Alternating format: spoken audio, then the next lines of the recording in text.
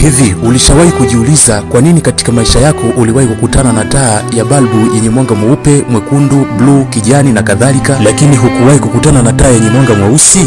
Sasa kuanzia leo yapaswa ujue ya kwamba asili ya cheusi huwa hakimoleki. Mafanikio yanayotengenezwa katika njia zisizo safi na salama, hatima yake ni majuto na maangamivu yasiyotarajiwa, kwa kuwa cheusi hakimoleki. Anayewasaidia watu kwa masimango na masimulizi kisha akatarajia kupata malipo yaliyo ya kheri, kwa hakika mtu huyo atakuwa amejisahau ya kuwa cheusi hakimoleki. Alisema msemaji mmoja, kullu mu'dhin sayu'dha, akiwa na maana ya kwamba kila mwenye tabia kukera watu basi na yeye atakerwa, kwa maana asili ya cheusi hakimoleki. Kumbuka, kullu saadatin tasna'uha lighayrika sataudu ilaika walau ba'da hin, kila jambo la furaha unalomfanyia mwenzako ipo siku litakurudia, hata kama ni baada ya muda mrefu. Hata baya unalomfanyia ndugu yako ipo siku litakurudia vile vile, hata kama ni baada ya muda mrefu, kwa kuwa cheusi hakimoleki. Cheusi hakimoleki kwa kuwa hakina mwanga. Utajiri uliopatikana kwa uongo na rushwa huongeza mali, lakini hupunguza usingizi. Elimu iliyopatikana kwa kununua matokeo ya mitihani huleta vyeti,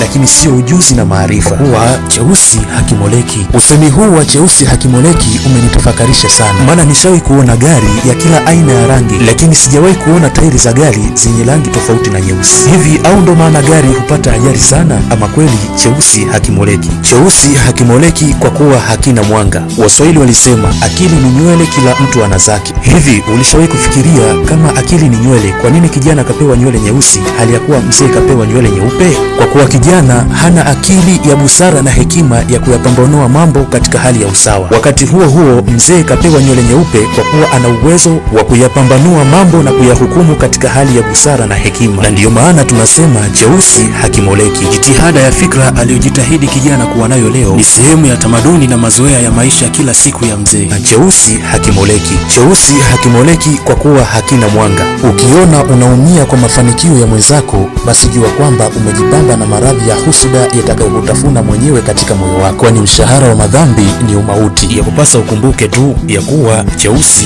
hakimoleki. Uko nami Al-Ustadh Harun. Usisahau kulike na kucomment na kushare. Ma'assalam.